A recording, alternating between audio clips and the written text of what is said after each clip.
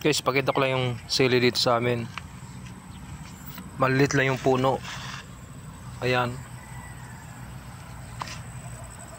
Maliit ng puno yan pero hitik sa bunga. Kita nyo naman. Ayan o. Daming bunga nyan. Yan, puro yan hitik sa bunga. Pa.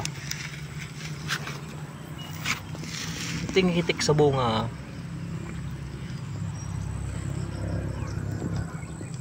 Buti pang sili, tik sa bunga.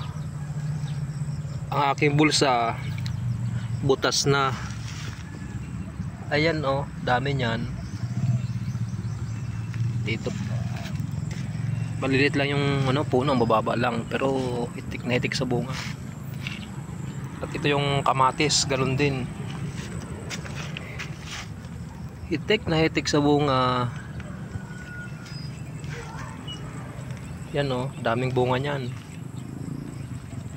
Dito lang yan sa likod bahay. Doon meron pa doon sili.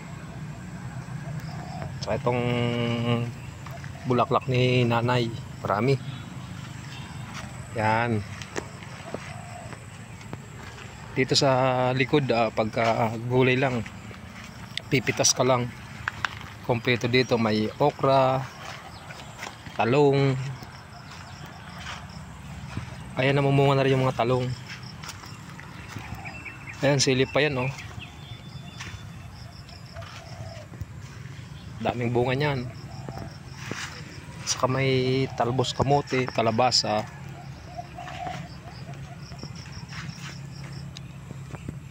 Pagka masipag ka talaga, hindi ka magugutom. Anytime na pagulay pwede. Doon sa banda doon may doon, may sili pa ulit to, tanglad.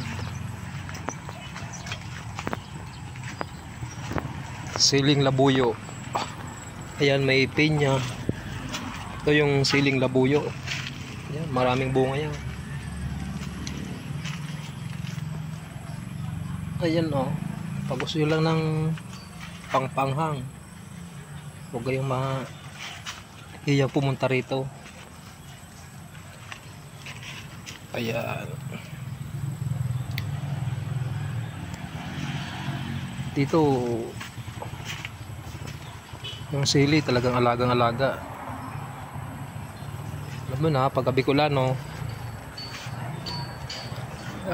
At ito mga talbos ng kamuting kahoy. Ano rin yan sa.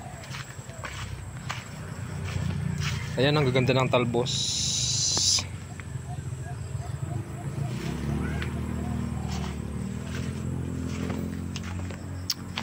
Makagugulay din niya pagka walang wala ng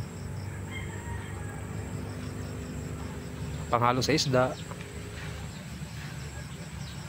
Dito lang yung kamatis. Dito talaga yung sobrang daming bunga. Ayan oh, kamatis at sili.